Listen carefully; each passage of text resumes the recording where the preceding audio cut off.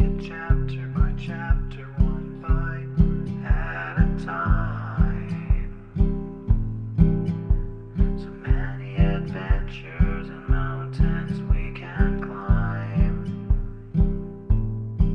Take it word for word, line by line, one bite at a time.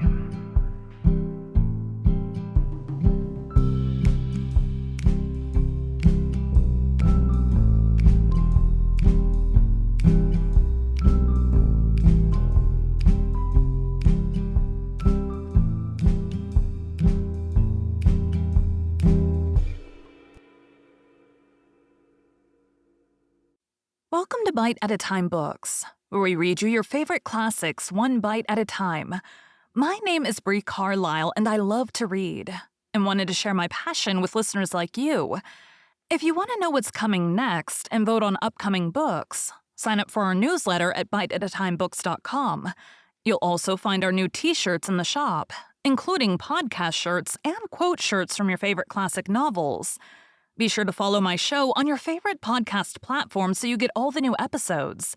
You can find most of our links in the show notes. But also our website, biteatatimebooks.com, includes all of the links for our show, including to our Patreon to support the show, and YouTube, where we have special behind the narration of the episodes. We're part of the Bite at a Time Books Productions Network. If you'd also like to hear what inspired your favorite classic authors to write their novels, and what was going on in the world at the time, check out the Bite at a Time Books Behind the Story podcast, wherever you listen to podcasts. Please note, while we try to keep the text as close to the original as possible, some words have been changed to honor the marginalized communities who've identified the words as harmful, and to stay in alignment with Bite at a Time Books' brand values. Today we'll be continuing Great Expectations by Charles Dickens.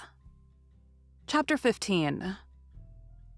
As I was getting too big for Mr. Wopsle's great-aunt's room, my education under that preposterous female terminated. Not, however, until Biddy had imparted to me everything she knew, from the little catalogue of prices to a comic song she had once bought for a halfpenny, although the only coherent part of the latter piece of literature were the opening lines. When I went to Lunnon town, sirs, to rule loo rule. To rule loo rule. Wasn't I done very brown, sirs? To rule loo rule. To rule loo rule. Still, in my desire to be wiser, I got this composition by heart with the utmost gravity. Nor do I recollect that I questioned its merit, except that I thought, as I still do, the amount of to rule somewhat in excess of the poetry. In my hunger for information, I made proposals to Mr. Wopsle to bestow some intellectual crumbs upon me, with which he kindly complied. As it turned out, however, that he only wanted me for a dramatic lay figure to be contradicted and embraced and wept over and bullied and clutched and stabbed and knocked about in a variety of ways. I soon declined that course of instruction, though not until Mr. Wopsle, in his poetic fury, had severely mauled me. Whatever I acquired, I tried to impart to Joe. The statement sounds so well that I cannot in my conscience let it pass unexplained. I wanted to make Joe less ignorant and common, that he might be worthier of my society and less open to Estella's reproach. The old battery out on the marshes was our place of study, and the broken slate and a short piece of slate pencil were our educational implements, to which Joe always added a pipe of tobacco. I never knew Joe to remember anything from one Sunday to another, or to acquire, under my tuition, any piece of information whatever. Yet he would smoke his pipe at the battery with a far more sagacious air than anywhere else, even with a learned air, as if he considered himself to be advancing immensely. Dear fellow, I hope he did. It was pleasant and quiet out there with the sails on the river passing beyond the earthwork, and sometimes, when the tide was low, looking as if they belonged to sunken ships that were still sailing at the bottom of the water. Whenever I watched the vessels standing out to sea with their white sails spread, I somehow thought of Miss Havisham and Estella, and whenever the light struck aslant afar off upon a cloud or sail or green hillside or waterline, it was just the same. Miss Havisham and Estella and the strange house and the strange life appeared to have something to do with everything that was picturesque.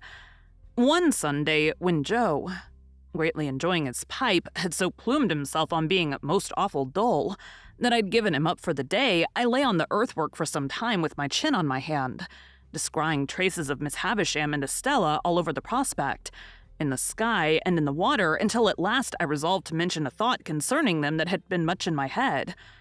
"Joe," said I, "don't you think I ought to make Miss Havisham a visit?" "Well, Pip," returned Joe, slowly considering. "what for?" "What for, Joe? What is any visit made for?" "There is some visits, perhaps," said Joe, "as forever remains open to the question, Pip. But in regard to visiting Miss Havisham, she might think you wanted something, expected something of her." "Don't you think I might say that I did not, Joe?" "You might, old chap," said Joe. "and she might credit it. Similarly, she mightn't."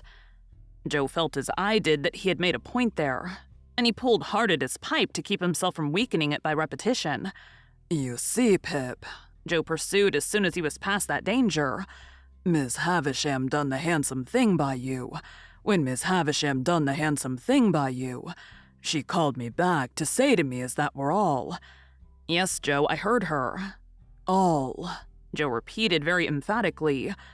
"Yes, Joe, I tell you, I heard her."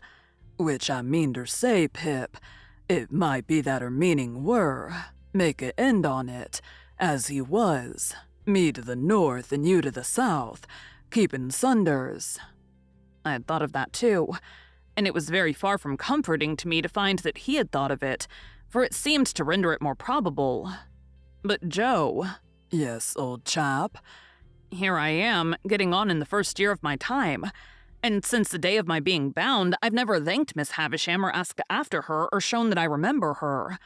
"That's true, Pip, and unless you was to turn her out a set of shoes all four round, and which I mean ter say, as even a set of shoes all four round might not be acceptable as a present, in a total vacancy of hooves."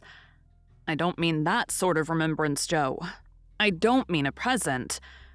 But Joe had got the idea of a present in his head and must harp upon it. "Or even," said he, "if you was helped to knocking her up a new chain for the front door, or say a gross or two of shark-headed screws for general use, or some light fancy article such as a toasting fork when she took her muffins, or a gridiron when she took a sprat or such like." "I don't mean any present at all, Joe," I interposed. "Well," said Joe, still harping on it as though I had particularly pressed it, "if I was yourself, Pip, I wouldn't. No, I would not. For what's a door chain when she's got one always up, and shark headers is open to misrepresentations? And if it was a toasting fork, you'd go into brass and do yourself no credit, and the uncommonest workman can't show himself uncommon in a gridiron, for a gridiron is a gridiron," said Joe, steadfastly impressing it upon me as if he were endeavoring to rouse me from a fixed delusion. "And you might haim at what you like, but a gridiron it will come out either by your leave or again your leave, and you can't help yourself." "My dear Joe," I cried in desperation, taking hold of his coat, "don't go on in that way. I never thought of making Miss Havisham any present." "No, Pip," Joe assented, as if he had been contending for that all along. "And what I say to you is, you are right, Pip." "Yes, Joe, but what I wanted to say was that as we are rather slack just now, if you would give me a half holiday tomorrow, I think I would go uptown and make a call on Miss Havisham." "Which her name," said Joe gravely, "ain't Estavisham, Pip, unless she have been rechristened." "I know, Joe, I know. It was a slip of mine. What do you think of it, Joe?" In brief, Joe thought that if I thought well of it, he thought well of it. But he was particular in stipulating that if I were not received with cordiality, or if I were not encouraged to repeat my visit as a visit which had no ulterior object but was simply one of gratitude for a favor received, then this experimental trip should have no successor. By these conditions, I promised to abide. Now, Joe kept a journeyman at weekly wages whose name was Orlick. He pretended that his Christian name was Dolge. A clear impossibility, but he was a fellow of that obstinate disposition that I believe him to have been the prey of no delusion in this particular, but willfully to have imposed that name upon the village as an affront to its understanding. He was a broad-shouldered, loose-limbed, swarthy fellow of great strength, never in a hurry and always slouching. He never even seemed to come to his work on purpose, but would slouch in as if by mere accident. And when he went to the Jolly Bargeman to eat his dinner, or went away at night, he would slouch out like Cain or the Wandering Jew, as if he had no idea where he was going and no intention of ever coming back. He lodged at a sluice-keeper's out on the marshes, and on working days would come slouching from his hermitage with his hands in his pockets and his dinner loosely tied in a bundle round his neck and dangling on his back. On Sundays he mostly lay all day on the sluice gates, or stood against ricks and barns. He always slouched, locomotively with his eyes on the ground, and when accosted or otherwise required to raise them, he looked up in a half-resentful, half-puzzled way, as though the only thought he ever had was that it was rather an odd and injurious fact that he should never be thinking. This morose journeyman had no liking for me.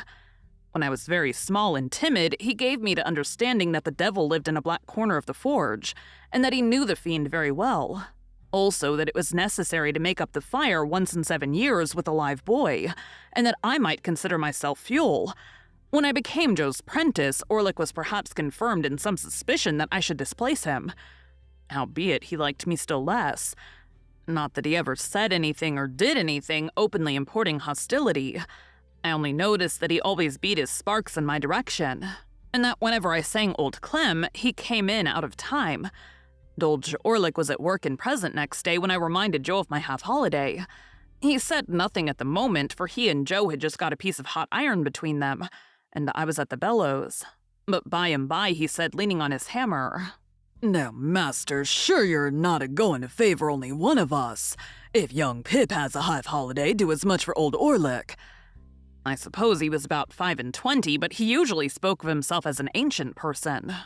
"Why, what'll you do with a half-holiday if you get it?" said Joe. "What'll I do with it? What'll he do with it? I'll do as much with it as him," said Orlick. "As to Pip, he is going uptown," said Joe. "Well then, as to old Orlick, he's a-going uptown," retorted that worthy. "Two can go uptown. 'Tain't only one what can go uptown." "Don't lose your temper," said Joe. "Shall if I like," growled Orlick. "Some in there uptowning. Now, master, come, no favoring in this shop. Be a man." The master refusing to entertain the subject until the journeyman was in a better temper, Orlick plunged at the furnace, drew out a red-hot bar, made at me with it as if he were going to run it through my body, whisked it round my head, laid it on the anvil, hammered it out, as if it were I thought, and the sparks were my spurting blood, and finally said, when he had hammered himself hot and the iron cold, and he again leaned on his hammer, "Now, master." "Are you all right now?" demanded Joe. "I am all right," said gruffled Orlick. "Then, as in general, you stick to your work as well as most men," said Joe. "Let it be a half-holiday for all." My sister had been standing silent in the yard within hearing. She was a most unscrupulous spy and listener, and she instantly looked in at one of the windows. "Like you fool," said she to Joe, "giving holidays to great idle hulkers like that. You are a rich man, upon my life, to waste wages in that way. I wish I was his master." "You'd be everybody's master if you durst," retorted Orlick with an ill-favored grin. "Let her alone," said Joe. "I'd be a match for all noodles and all rogues," returned my sister, beginning to work herself into a mighty rage. "And I couldn't be a match for the noodles without being a match for your master. Who's the dunder-headed king of the noodles? And I couldn't be a match for the rogues without being a match for you, who are the blackest looking and the worst rogue between this and France. Now—" "You're a foul shrew, Mother Gargery," growled the journeyman. "If that makes a judge of rogues, you ought to be a good 'un." "Let her alone, will you?" said Joe. "What did you say?" cried my sister, beginning to scream. "What did you say? What did that fellow Orlick say to me, Pip? What did he call me with my husband standing by? Oh, oh, oh!" Each of these exclamations was a shriek, and I must remark of my sister what is equally true of all the violent women I've ever seen. That passion was no excuse for her, because it is undeniable that instead of lapsing into passion, she consciously and deliberately took extraordinary pains to force herself into it, and became blindly furious by regular stages. "What was the name he gave me before the base man who swore to defend me? Oh, hold me, oh!" growled the journeyman between his teeth. I'd hold you if you was my wife. I'd hold you under the pump and choke it out of you." "I tell you, let her alone," said Joe. "Oh, to hear him!" cried my sister with a clap of her hands and a scream together, which was her next stage. "To hear the names he's giving me! That Orlick in my own house! Me, a married woman with my husband standing by! Oh, whoa!" Here my sister, after a fit of clappings and screamings, beat her hands upon her bosom, and upon her knees, and threw her cap off and pulled her hair down, which were the last stages on her road to frenzy. Being by this time a perfect fury and a complete success, she made a dash at the door, which I had fortunately locked. What could the wretched Joe do now after his disregarded parenthetical interruptions? But stand up to his journeyman and ask him what he meant by interfering betwixt himself and Mrs. Joe, and further whether he was man enough to come on. Old Orlick felt that the situation admitted of nothing less than coming on, and was on his defense straight away, so without much as pulling off their singed and burnt aprons. They went at one another like two giants. But if any man in that neighborhood could stand up long against Joe, I never saw the man. Orlick, as if he had been of no more account than the pale young gentleman, was very soon among the coal dust, and in no hurry to come out of it. Then Joe unlocked the door and picked up my sister, who had dropped insensible at the window, but who had seen the fight first, I think, and who was carried into the house and laid down, and who was recommended to revive and would do nothing but struggle and clench her hands in Joe's hair. Then came that singular calm and silence which succeeded all uproars. And then with the vague sensation which I've always connected with such a lull, namely that it was Sunday and somebody was dead, I went upstairs to dress myself. When I came down again, I found Joe and Orlick sweeping up, without any other traces of discomposure than a slit in one of Orlick's nostrils, which was neither expressive nor ornamental. A pot of beer had appeared from the Jolly Bargemen, and they were sharing it by turns in a peaceable manner. The lull had a sedative and philosophical influence on Joe, who followed me out into the road to say as a parting observation that might do me good, "On the rampage, Pip, and off the rampage, Pip, such is life." With what absurd emotions, for we think the feelings that are very serious in a man quite comical in a boy, I found myself again going to Miss Havisham's matters little here, nor how I passed and repassed the gate many times before I could make up my mind to ring, nor how I debated whether I should go away without ringing, nor how I should undoubtedly have gone if my time had been my own to come back. Miss Sarah Pocket came to the gate. No Estella. "How then? You here again?" said Miss Pocket. "What do you want?" When I said that I only came to see how Miss Havisham was, Sarah evidently deliberated whether or no she should send me about my business. But unwilling to hazard the responsibility, she let me in, and presently brought the sharp message that I was to come up. Everything was unchanged, and Miss Havisham was alone. "Well," said she, fixing her eyes upon me, "I hope you want nothing. You'll get nothing." "No, indeed, Miss Havisham, I only wanted you to know that I'm doing very well in my apprenticeship, and am always much obliged to you." "There, there," with the old restless fingers. "Come now and then. Come on your birthday. Aye," she cried suddenly, turning herself in her chair towards me. "You are looking round for Estella, hey?" I had been looking round, in fact, for Estella, and I stammered that I hoped she was well. "Abroad," said Miss Havisham, "educating for a lady, far out of reach, prettier than ever, admired by all who see her. Do you feel that you have lost her?" There was such a malignant enjoyment in her utterance of the last words, and she broke into such a disagreeable laugh, that I was at a loss what to say. She spared me the trouble of considering by dismissing me. When the gate was closed upon me by Sarah of the walnut-shell countenance, I felt more than ever dissatisfied with my home and with my trade and with everything, and that was all I took by that motion. As I was loitering along the high street, looking in disconsolately at the shop windows and thinking what I would buy if I were a gentleman, who should come out of the bookshop but Mr. Wopsle. Mr. Wopsle had in his hand the affecting tragedy of George Barnwell, in which he had that moment invested 6 pence, with the view of heaping every word of it on the head of Pumblechook, with whom he was going to drink tea. No sooner did he see me than he appeared to consider that a special providence had put a prentice in his way to be read at, and he laid hold of me, and insisting on my accompanying him to the Pumblechookian parlor, as I knew it would be miserable at home, and as the nights were dark and the way was dreary and almost any companionship on the road was better than none, I made no great resistance. Consequently, we turned into Pumblechook's just as the street and the shops were lighting up. As I never assisted at any other representation of George Barnwell, I don't know how long it may usually take, but I know very well that it took until 9:30 that night, and that when Mr. Wopsle got into Newgate, I thought he never would go to the scaffold. He became so much slower than at any former period of his disgraceful career. I thought it a little too much that he should complain of being cut short in his flower at all, as if he had not been running to seed, leaf after leaf, ever since his course began. This, however, was a mere question of length and wearisomeness. What stung me was the identification of the whole affair with my unoffending self. When Barnwell began to go wrong, I declare that I felt positively apologetic. Pumblechook's indignant stare so taxed me with it, Wopsle too took pains to present me in the worst light, at once ferocious and maudlin. I was made to murder my uncle with no extenuating circumstances whatever. Millwood put me down in argument on every occasion. It became sheer monomania in my master's daughter to care a button for me, and all I can say for my gasping and procrastinating conduct on the fatal morning is that it was worthy of the general feebleness of my character.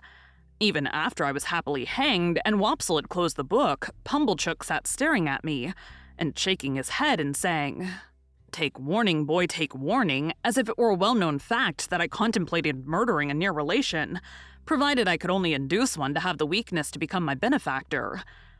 It was a very dark night when it was all over, and when I set out with Mr. Wopsle on the walk home, beyond town we found a heavy mist out, and it fell wet and thick. The turnpike lamp was a blur, quite out of the lamp's usual place apparently, and its rays looked solid substance on the fog.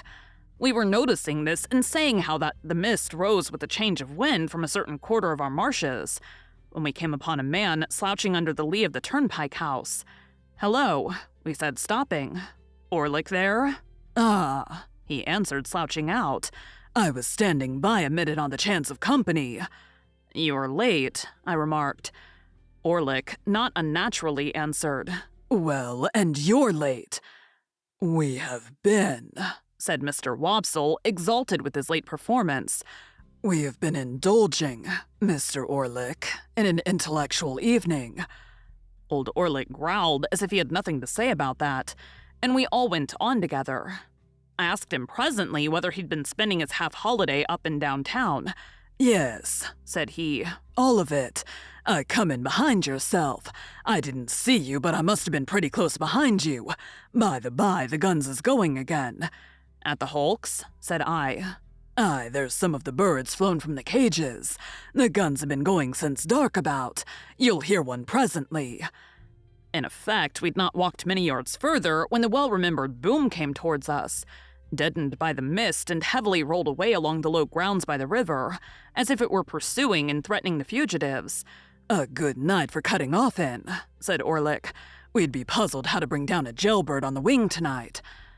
The subject was a suggestive one to me, and I thought about it in silence.